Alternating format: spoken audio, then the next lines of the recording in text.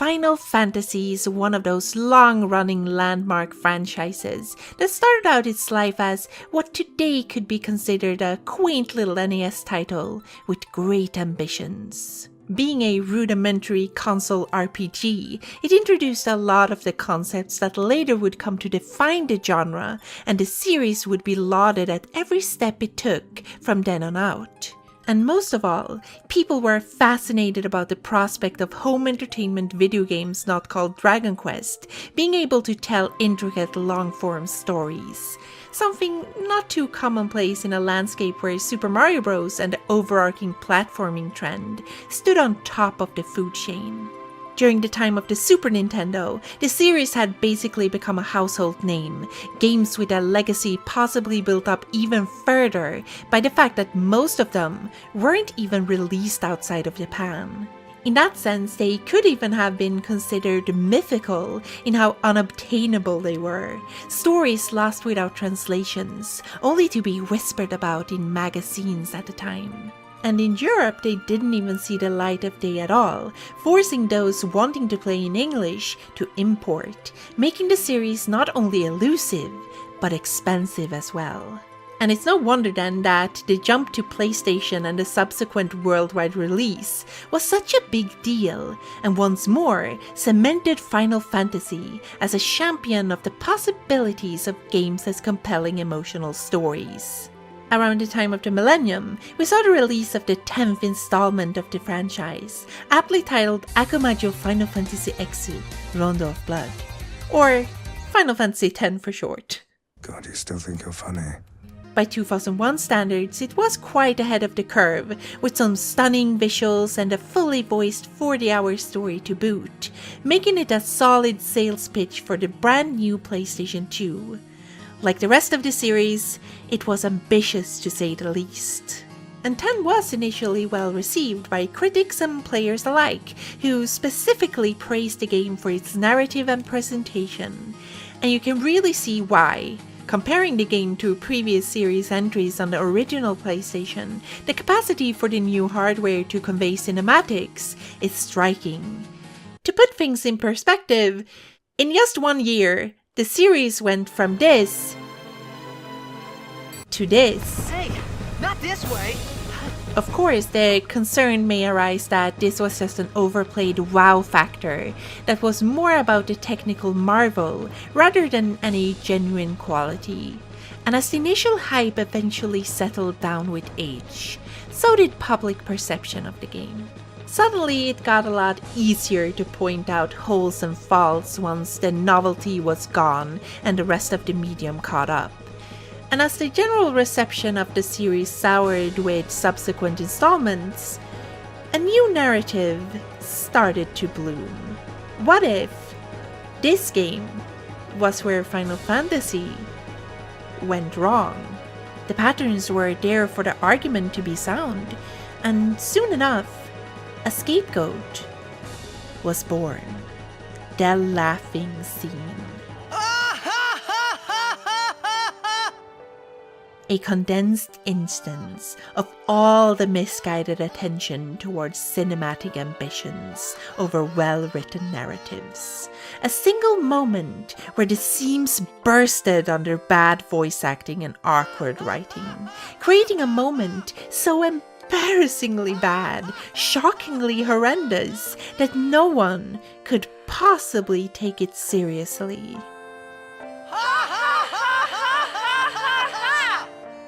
This scene, where the main characters Tidus and Yuna awkwardly laugh together, is at this point infamous and often derided as truly cringeworthy, awful to the very core.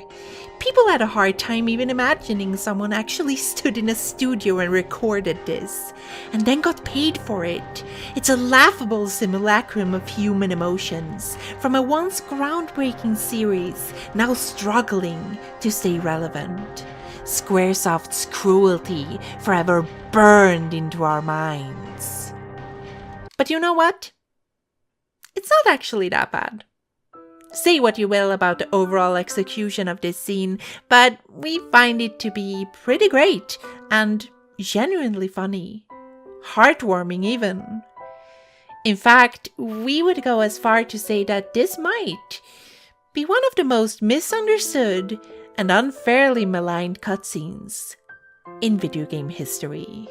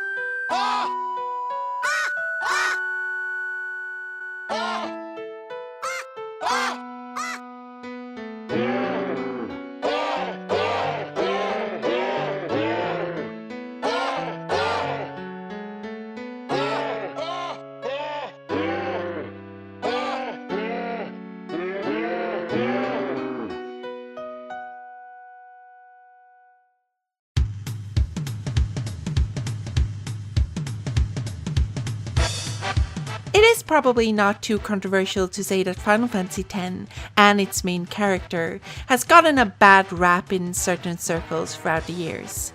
For one reason or another, people simply can't stand the guts of this blonde goofball, some even going as far to say he's insufferable and completely irrelevant to the overall story.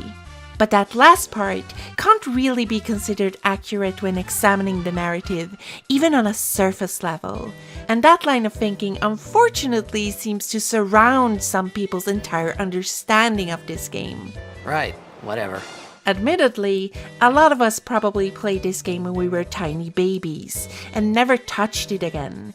Your memory of a 20-year-old game about a guy in weird pants killing his giant fish dad is probably spotty at best, and looking back at it through a lens of decades worth of discourse, technical progress, and meme culture, it's quite a mess to untangle. And it is undeniable that the game and the series as a whole has been through a lot of shit since the initial release in 2001. Supposedly, the laughing scene has been an infamous meme sequence since the very beginning, but under scrutiny that doesn't really hold water. At the time, the game was received fine by critics, and although personal opinions of course varied, neither the scene or Final Fantasy X as a whole lived in any excessive infamy during its first decade. The true shift happened around 2010, when the Chocobo's back finally broke. To be perfectly blunt, the last decade started off like a fucking train wreck. With a rather lackluster Final Fantasy XIII, an outright disastrous Final Fantasy XIV, and an internal corporate culture on the brink of collapse, the brand was rapidly losing its value. For the next coming 10 years, the company tried to rectify this by basically restructuring and reusing ideas and assets to get back on track. In fact, all mainline games to be released during this time were related to the initial 13 projects, as well as 14. Not to diverge on a tangent, it was all basically just one big hell of a hole that would take years for Square Enix to dig themselves out of. What we mean to say is that there's a clear before and after for Final Fantasy with this incident, and after riding on 4 years of hype for 13, all optimism for the series immediately died off in spectacular flames. It's a bit like Sonic 06, a franchise installment that was so abysmal it recontextualized all previous games in a sobering light for a lot of people. What if previous criticism had actually been valid? What if the glory days were truly over? What if Final Fantasy had always been just a little bit shit?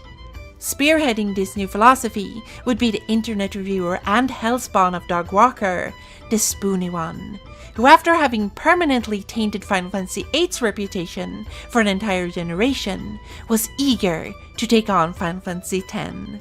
In hindsight, It is hard to even call this elongated nitpick rando review, and whatever merit it had back in the day with the video review scene still being rather young, it really hasn't aged with much grace at all. Fuck this guy! Fuck him and his leather lederhosen! I hate his fucking faggy Meg Ryan hair! I hate his smug fucking hideous Archibald Jr. face! And while we don't want to claim that Spoonie had enough power to make everyone suddenly think Final Fantasy X was horses bunkum, we think it is fair to say that he, as one of the bigger content creators at the time, had a hand in negatively influencing the discourse surrounding the game and the entire franchise as a whole, at least to some degree. Fundamental ideas presented in these videos have after all been mirrored and regurgitated across the internet, like poison through the veins, killing all reasonable discussion in its wake. Not surprisingly, a roughly hour-long video series based entirely on goofs and gags can't quite accurately formulate the various nuances and intricacies that an expansive role-playing game has to offer.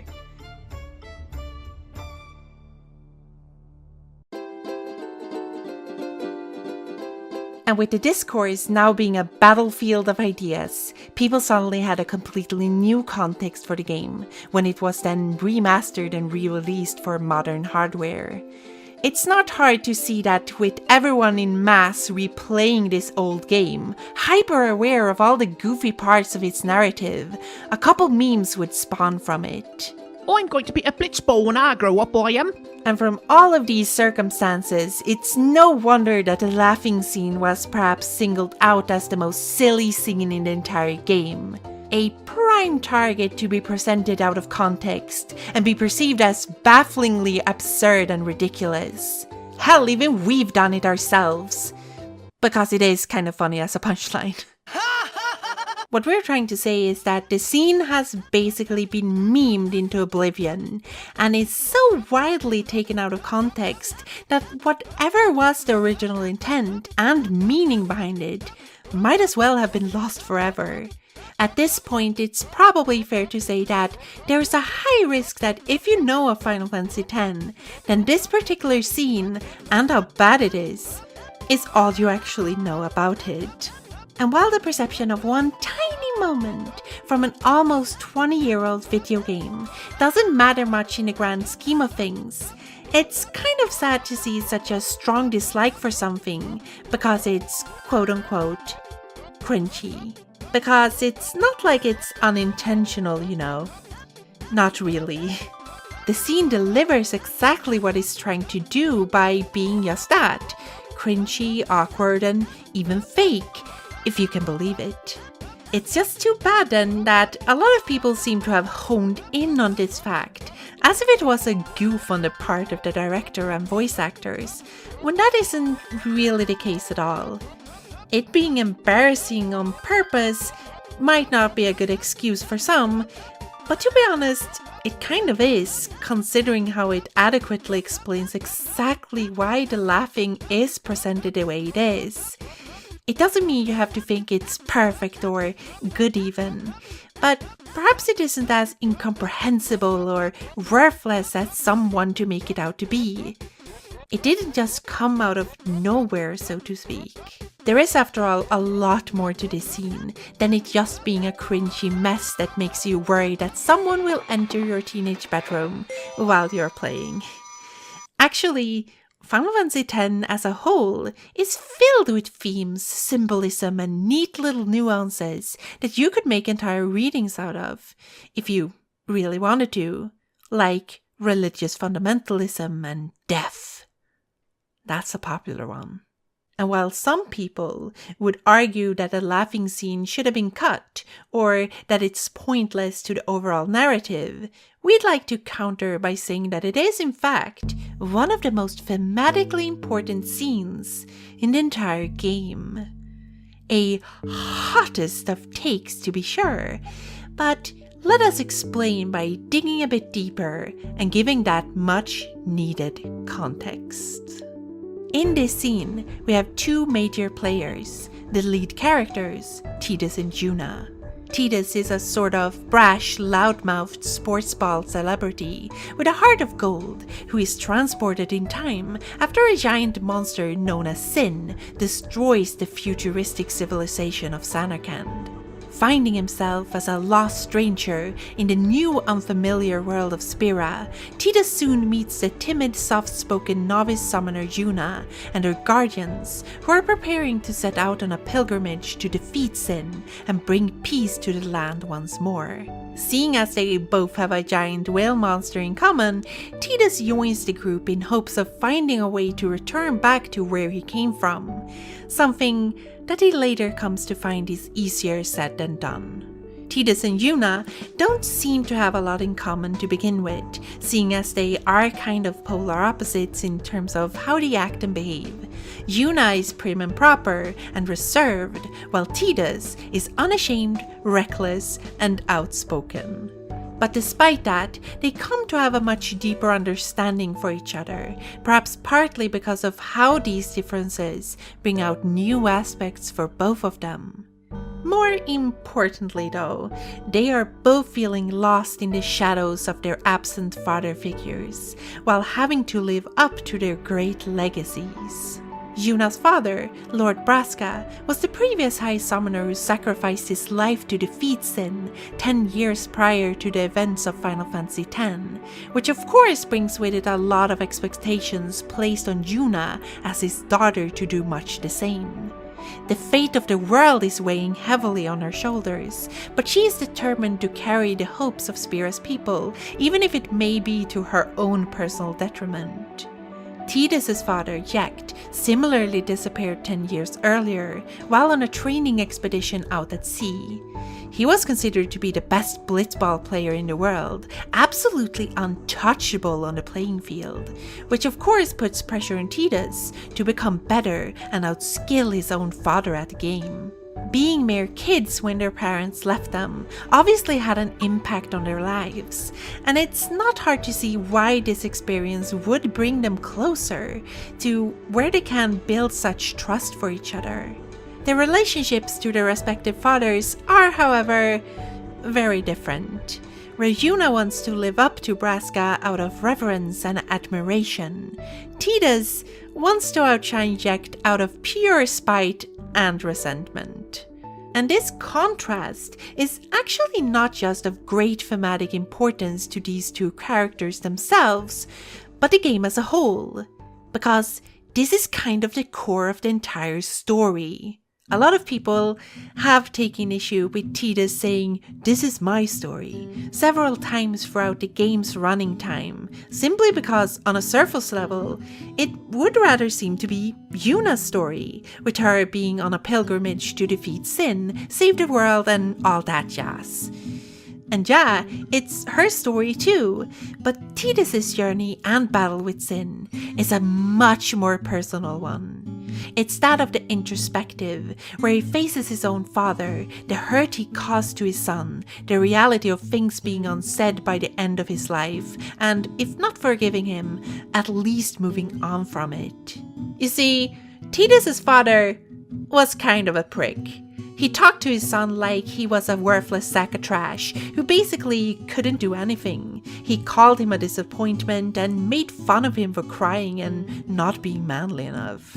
A toxic influence on a kid, you might say. Not only that, but Tidus' mom was so enamored with this dude that she basically never gave him the time of day.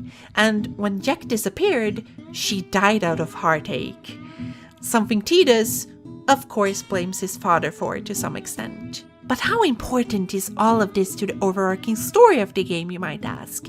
Well, consider this. A few hours into the game, right before the laughing scene actually, it's revealed that the big mean whale monster that destroys entire settlements is in fact Jecht. Meaning, Tidus' father is the catalyst for the entire narrative, the main threat and end goal throughout basically the entire game. And we probably don't have to explain to you how this consuming force of nature is a representation of destructive parental figures, because the game kind of does that on its own by being so on the nose about it. Sin is Jecht. So yeah, when going into the laughing scene, Tidus is not just sad and troubled by something. He's sad and troubled by the thing that the entire conflict revolves around, the thing that is absolutely directly connected to his entire character arc, why he has ended up where he is right now, the inciting incident. And sure, you might exclaim how totally bad writing it is for Yek to suddenly be a giant sea monster. But if we stop looking at it so literally and instead think about what it means, this insurmountable obstacle is obviously a metaphor for hard to deal with problems, like the trauma caused by an abusive parent. It's honestly a bit baffling to us that anyone could look at the talk between Auron and Tidus and come to the conclusion that this guy is just some whiny asshole who is complaining for no reason at all. Not to mention figuring he doesn't have anything to do with the story, when he has very clear and narratively important reasons to be upset right now. Auron presents Tidus with the choice to either face his own father or stay behind, but he doesn't really have that kind of luxury. The truth is that he will never be able to go home again, or rather, go back to how things were before. Because the way Yek treated Tidus has forever altered him, and he can't just ignore that anymore. He has to move forward and deal with his problems. Or his giant whale, if you will. Auron then asks him if he is afraid, and the reaction tells us everything we need to know.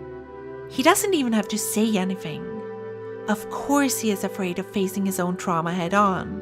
In fact, as stated earlier in the game, he doesn't even have any idea of what he would do if he got another chance to see his father. It's with all this emotional baggage that we then enter the infamous laughing scene. Excitedly, Yuna shows off that she has learned how to whistle with her fingers, like Tidus tried to teach her earlier in the game. But being emotionally aware, she quickly notices that something is bothering her boy in yellow. She figures it has something to do with the burden of the pilgrimage, the suffering they have to face on their journey, and tries to cheer him up. She explains that she learned to practice smiling when feeling sad, and then coaxes Tidus to give it a try. And after a somewhat poor showing, she tells him to laugh out loud, which produces the oh-so-familiar noise. After some hesitation, Yuna joins in herself, and they both continue until they start laughing for real. It is all presented as very silly, weird even, and the characters obviously know this. But in the end, it actually works and turns into a rather sweet moment for these two troubled characters. What really ties this all together is Yuna telling Tidus that if they get separated, he only needs to whistle, alluding back to what he told her earlier in the game. But it's not about them getting separated this time. It's more of a subtle way of telling Tidus that she's there for him whenever he feels like he is emotionally lost. Everything that has happened up until this point, what these characters have faced and how their upbringings are holding them back in different ways, comes together in this very scene, as Tidus understands that he is not actually alone. Perhaps he is not even as lost in Spira as he once thought. This will come back later in a flashback, but this scene's importance is even more clear when it comes back around again at the end of the game after Tidus has disappeared. We see Yuna whistle out to the sea, trying to call out to her friend in hope of him returning once more. But no one comes. This works quite well, considering Tidus' story is finished. He has overcome his troubles and moved on. He's not emotionally lost anymore. And even with that, the laughing itself might not seem so important in the grand scheme of things, but to us it does indeed help to establish an emotional connection between Yuna and Tidus that is actually helped by it being a bit embarrassing. They are showing themselves capable of being vulnerable in front of each other, perhaps even helping Tidus to more genuinely open up despite his father mangling him emotionally as a kid. Not to mention, in a world so absolutely devastated by loss and sadness, isn't this one moment quite earned? Perhaps the contrast is exactly why it sticks out so much, to the point where it felt jarring to some, instead of being hopeful as intended. On the other hand, though, it might paradoxically be too real. Games are often seen as escapist entertainment that transports us to distant fantasy worlds, filled with opportunities. And in that sense, it could feel especially out of place to have something so genuinely awkward thrust upon you. You are there to fight monsters after all, not to be reminded of how easily we as people happen upon these kinds of embarrassing situations in real life. In a 2019 interview for Game Informer, the game's director Yoshinori Kitase elaborated further on this. Even in the real world, actions taken by two people in a budding romance are generally embarrassing memories when you look back on them. I believe that this scene depicts that mental state very well. This scene, of course, is still made fun of by fans, but I imagine that it is because it greatly touched something in everyone's heart for it to be such a memorable scene, even after 18 years. And gosh darn, the guy is probably right. Whether that something is embarrassment or a more heartfelt emotion doesn't really matter much. Like Kitase said himself, we don't think that a scene like this would be remembered like this if it hadn't touched people on some genuine level. It's just that we as people have a hard time approaching embarrassing situations in general. It makes us feel uneasy, you know. It doesn't even have to be related to ourselves. Just seeing someone else lose face is enough to make us feel awkward at their expense. And perhaps we just have trouble dealing with that, whether it be reality or fiction. We are not here to suggest that this game is some kind of profound masterpiece, or that this scene is somehow an Oscar-worthy performance. It's not. We are not even saying that you have to like this scene, or even the game at all. But maybe the disdain and mockery has been taken a bit too far, possibly to the point where it has absolutely clouded people's judgment of what is actually happening here. Because if you genuinely hate this character so much that you can't see what this pretty simple story is trying to tell you, or why he is important to it, then I suppose it is no wonder why some people actually think he's just an annoying whiner with weird unrelated daddy issues. But it's not just that, right? The theme of family, the relationship to a father figure to be more exact, is just one of many in the game. But we feel confident about saying that this is a very dad-based game. Or a dad-like, if you will. I mean, this is the overarching theme and struggle that goes through the entire game, from the beginning where you first see Jack on that screen in Samarkand, all the way to the end where Tidus gives that freaking high five to him. Like, your only takeaway from Tidus finally meeting Jack again was not supposed to be that he beat the shit out of his dad until he died, because fucking up your parents is a good thing, you know. Once again, you have to see it as a final battle representing Tidus facing his father emotionally, coming to terms with his resentment, and moving forward from there. He has to overcome the monster that his father has turned into in his mind, and only then can he find the solace that he seeks.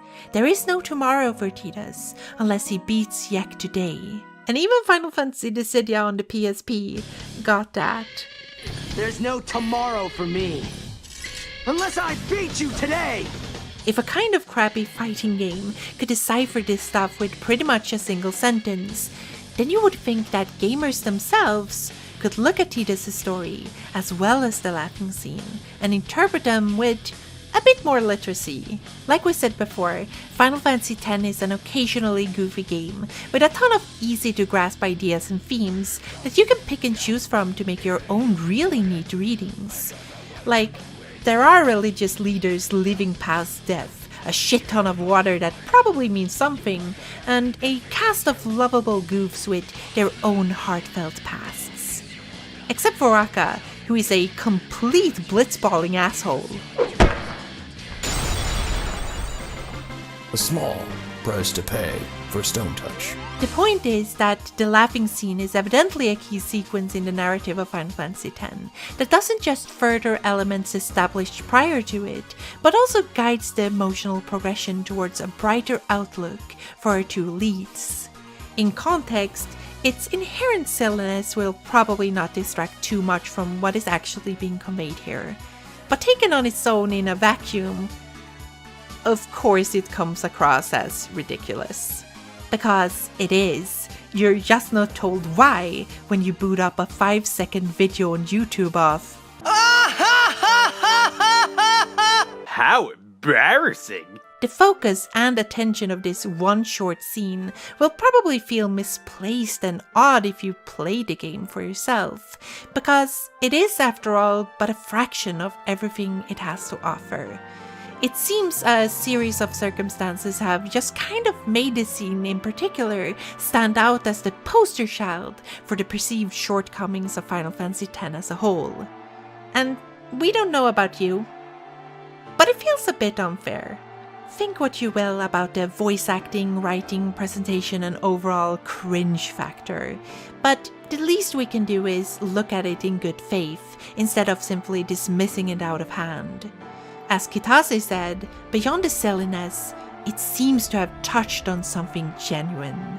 And as we have shown here, it has more to say if you just let it.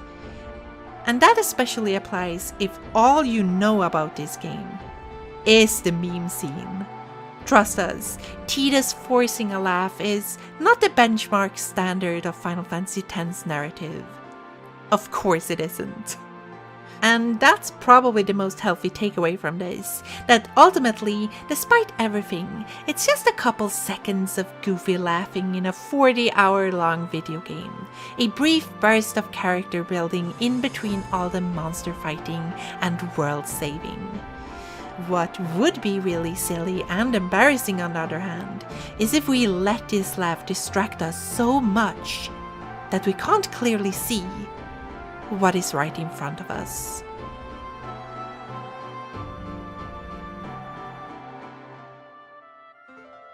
Hey, thank you for watching all the way to the end. This video was made possible by our lovely patrons, and we would like to thank them, of course.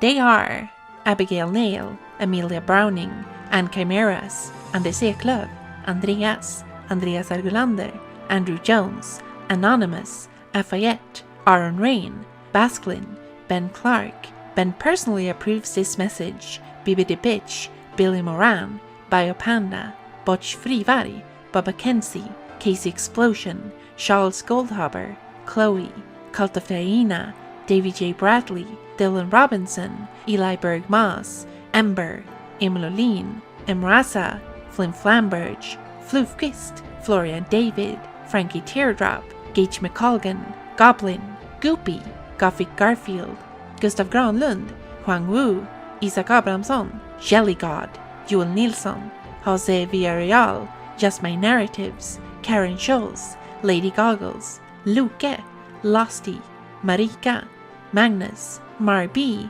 Margot Carriel, Matthias Graman, Max Miller, Meg Hahn, Malang Rubin, Meowmix64, Mikael Ottens, Miko, Morgan, Mosling, Nate Kiernan, Nerdsync, Never Haunting You, Nishtret, Oscar Funes Galindo, Patrick H., Rivokas Magma, Riley Rose, Roe, Robin Ottens, Siddharth Madhasudan, Silly Rookie, Starfighter, Sweet Pink, Silva Rigota, TB Skyen, Tegan Bread, Tobias Mattsson, Tommy Håkansson, Trash Baby, Trucy, Tough Emily, Vexelban, Victoria Arcel Solis, Whiskey Dono, C33, Salty Boy, Saifi, Elias, and finally, if you enjoyed this video and want to support us as well, you can do so on patreon.com/thank transparens. By giving us as little as $1 a month, you will get into the credits and also